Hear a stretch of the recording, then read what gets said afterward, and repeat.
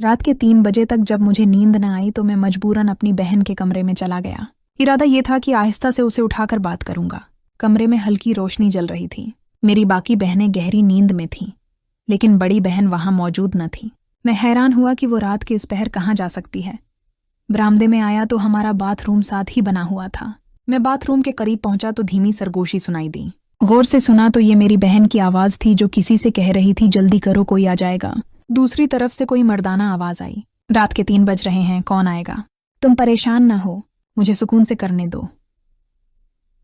मैंने बाथरूम में सुराख ढूंढना शुरू किया ताकि अंदर झांक कर देख सकूं कि क्या हो रहा है। रोशनदान से जब मैंने अंदर देखा तो मेरी बहन एक लड़के के साथ थी और वो लड़का हमारे मोहल्ले का तैमूर था। मुझे सख्त गुस्सा आया और मैं परेशान हो गया कि अब क्या करूं। अचानक मेरे जहन में एक तरकीब आई। मैं वापस बाथरूम के दरवाजे पर आया और आहिस्ता से कहा, प्लीज, मुझे पता है तुम्हारे साथ कोई और भी है। मुझे ये भी पता है कि तुम लोग अंदर क्या कर रहे हो।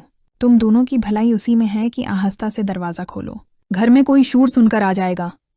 अंदर से मेरी बहन बोली, मैं वॉशरूम में हूं, आप क्यों आए हैं? जाएं यहां से, आपको बोलने की जरूरत नहीं है। मैंने कहा, मैंने सब देख लिया है। ये तैमूर है ना, वही लड़का जिसके साथ वो उम्र गलियां बना रही थी।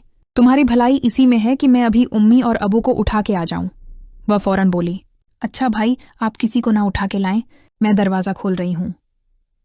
फिर कनीज ने आहिस्ता आहिस्ता दरवाज़ा खोला और तैमूर वहां से भागने की कोशिश करने लगा। मैंने कहा, खबरदार तैमूर, जो तुम यहां से हले भी। वो वहीं रख गया। फिर मैंने अपनी बहन पर सख्त गुस्सा किया। हालांकि मुझे पहले से शक था कि वो इस तरह के कामों में मुलव्वस है, लेकिन आज मैंने उसे हाथों हाथ पकड़ लिया था। अब उसके पास कोई चारा न था। मैंने पूछा, ये सब कब से चल रहा था तुम दोनों के दरमियान? और फिर अपनी बहन से कहा, तुम तो बड़ी कहती थी कि मैं अपने शोहर से मोहब्बत करती हूं, इसलिए दूसरी शादी नहीं कर सकती। पर यह काम तो तुम बड़े शौक से कर रही हो। अचानक तुम्हें क्या हो गया? तुम आज हाथ आ गई हो। आतनी आसानी से वो घबरा कर बोली, भाई, खुदा का वास्ता है, मुझे जाने दो। उम्मी और अबू को पता चल गया तो तैमूर के साथ मुझे भी मार डालेंगे। मुझ पर रहम करो, मेरा पर्दा रखो। फिर मैंने कहा, अच्छा, तुम उस तैमूर को पकड़ो, मैं तुमसे बात करना चाहता हूं। शायद तैमूर पहले ही बाहर चला गया था, उसने मेरी बात नहीं सुनी। फिर मैंने अपनी बहन को पकड़ लिया और कहा, ये जो काम तुम उसके साथ कर रही थी, चलो बाथरूम के अंदर मेरे साथ भी वही काम करो। वह कहने लगी, नहीं भाई, मैं आपके साथ नहीं करूंगी। मैंने कहा, तुम्हें करना ही पड़ेगा, वरना मैं उम्मी और अबू को उठा के लाऊंगा। फिर मेरी बड़ी बहन मुझसे कहने लगी, यूसुफ, शर्म करो, मैं तुम्हारी बड़ी बहन हूं, तुम मुझसे छोटे हो। मैंने कहा, कुछ नहीं, इस वक्त मेरा दिमाग बहुत खराब है। वैसे भी मुझे तुम्हारी जरूरत थी, तुम्हें ही उठाने आया था।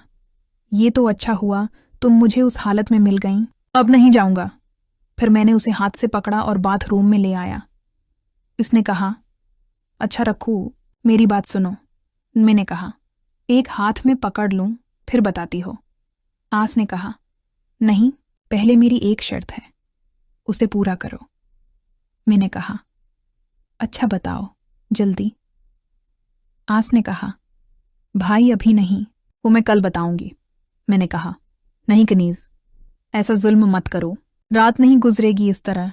आस ने कहा, पक्का वादा है, कल तुम्हें जरूर मिलूंगी, लेकिन मेरी शर्त सुन लो। मैंने बहुत इसरार किया। मैंने उसके हाथ में दिया, इससे बर्दाश्त न हुआ। फिर वापस आकर अपने बस्तर पर लेट गया। अब मुझे काफी देर तक नींद नहीं आ रही थी। मैं ऐसे ही जागता रहा और अपनी बड़ी बहन के बारे में सोचता रहा। वो कब से उसके साथ लगी हुई थी, पता ही नहीं चला कि किस किस के साथ वो लगी है। जिस चीज से मैं डर रहा था, वही काम मेरे घर में हो रहा था। मैं ऐसी चीज से डरता था कि मेरी बहनें किसी के कहने पर ना आ जाएं, ये काम न कर लें। खैर, मेरी आंख लग गई। आज मेरी आंख 8 बजे खुली थी।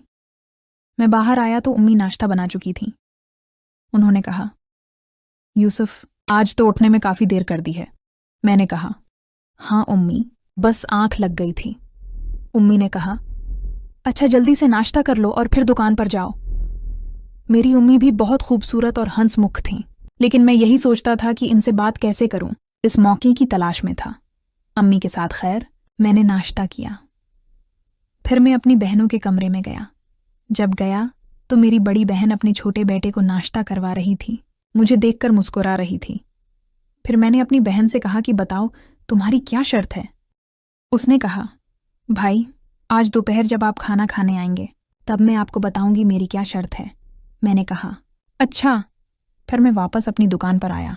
दुकान पर मेरा छोटा भाई बैठा हुआ था। दुकान पर बैठे हुए अभी मुझे थोड़ी देर ही हुई थी कि जिसका मैंने जिक्र किया था, हमारे गांव की एक लड़की है जिससे मैं मोहब्बत करता हूँ। इसका नाम इलेना है। वो इस मोहल्ले की सबसे खूबसूरत लड़की है। वो सौदा लेने के बहाने दुकान पर आई और कहा, यूसुफ, मैं तुमसे एक बहुत ज़रूरी बात करनी है। तुम्हारे पास कोई फ़ोन है? मुझे दो ताकि मैं तसल्ली से तुमसे बात कर सकूं। फिर दुकान पर मैं बात नहीं कर सकता था। मेरे पास मोबाइल था। मैंने उसे मोबाइल दे दिया और कहा, जाओ घर जाओ और घर जाकर मुझे फ़ोन करना। आलिना बोली, यूसुफ, मुझे तुम्हारी बहुत याद आती है। तुम मुझसे मिलने की कोशिश क्यों नहीं करते? मैं रात भर तुम्हें याद करती हूँ। मैंने कहा, मुझे भी तुम्हारी बहुत याद आती है। यहाँ कोई होटल वगैरह तो नहीं होते जहाँ हम जाकर मिलें? फिर उसने कहा, मेरे पास एक तरकीब है, अगर तुम्हें अच्छी लगे तो। इत्मे ने कहा, क्या बताओ? आस ने कहा, मेरे घर के पीछे कपास की फसल लगी हुई है। अगर इस कपास की फसल में कोई बैठ जाए तो उसे कोई देख नहीं सकता। अगर तुम कहो तो मैं रात को वहां आऊंगी, तुम भी आ जाना। हम वहां पर एक दूसरे से मिल लेंगे। मेरा दिल तो बहुत चाह रहा था कि मैं उसके साथ, क्योंकि वो बहुत खूबसूरत थी, इतनी खूबसूरत कि गांव के सारे लड़के उसी के पीछे थे। लेकिन मैं डर रहा था, अगर मैं अलीना के साथ हाथों हाथ पकड़ा गया तो ये गांव वाले मुझे कहीं का न छोड़ेंगे। और मेरे पास दूसरा ऑप्शन भी नहीं था, मेरी बहन की सूरत में। फिर मैंने अलीना से कहा, अलीना, वो जगह ठीक नहीं है, वहां नहीं मिल सकते, कोई और जगह सोचो। एयास ने कहा, प्लीज़ यूसुफ आ जाओ, मुझे तुमसे बात करनी है और घर वाले मेरा रिश्ता ढूंढ रहे हैं। कहीं ऐसा ना हो कि मेरी शादी कर दें। तुम अपनी उम्मी और अबू से बात करो और मेरे घर रिश्ता भेजो। बेशक लीना से मोहब्बत तो करता था, लेकिन मैं अभी शादी नहीं करना चाहता था। मैं जिंदगी में अभी बहुत कुछ करना चाहता था, इसलिए शादी करके मैं अपने पाँव पर बेड़ियां नहीं लगाना चाहता था।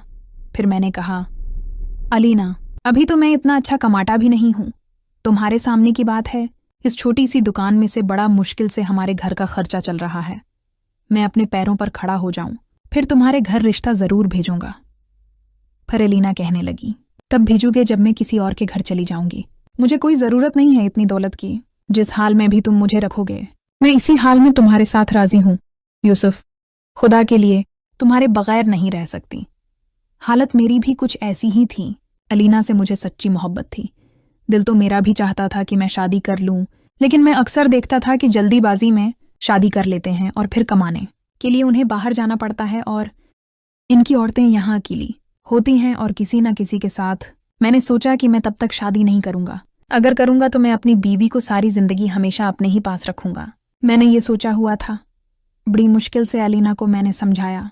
मैंने कहा, आप कुछ सब्र करो, मैं अपने पैरों पर खड़ा हो जाऊं। मैं तुमसे जरूर शादी करूंगा।